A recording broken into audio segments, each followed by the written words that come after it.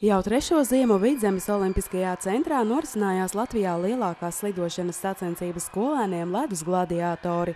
Treniņu stafetes lidojumā sākās jau decembrī, savukārt šonedēļ komandas no teju 80 Vidzemes skolām sadalīja gladiatoru uzvaras statujas 5 klašu divīzijās. Vairāk mazāk šeit ir pārstāvēts visas Vidzemes lielāko pilsētu skolas, teiksim, Rūjiena, Limbaži, Smiltene, Cēsis, arī Valmierieši. Tātad, protams, nākamā gadā gribam aicināt arī mazliet, kas ir tuvāk skolas lauku reģioniem, jo šī ir viena no iespējām, kur jaunietim būtu uz ledus, jo, kā mēs zinām, ziemas pēdējos laikos mums ir visā nepastāvīgs.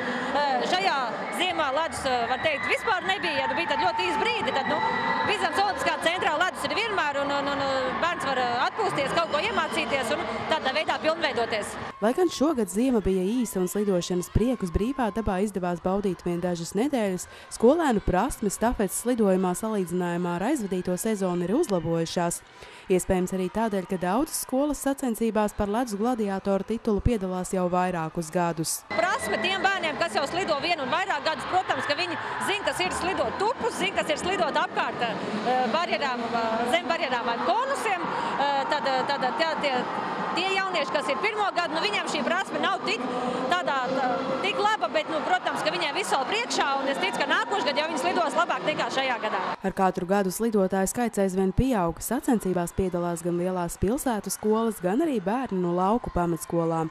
Skolēnu uzdevums ir pēc iespējas ātrāk katram komandas dalībniekam izslidot dažādas figūras. Mums ļoti patīk, mums ir pilsētā tā, ka mums šogad uzlaid 2 slidotājus, un tad tur visi kopā slido. Visiem ļoti jautri. Tur arī varēja mācīties tās figūras izslidot, ja? Jā, mums pie skolas ir uzlietas slidot, un mums sporta stundās mēs gājām mācīties. Man patīk vispār atmosfēra, kas šeit ir slidojot. Vienalga vietas man neinteresē, ka tik labi izslido un pavada laiku. Pirms fināla sacensībām skolēnu komandas aizveda 3 treniņus Vidzemes Olimpiskā centra ledus hallē.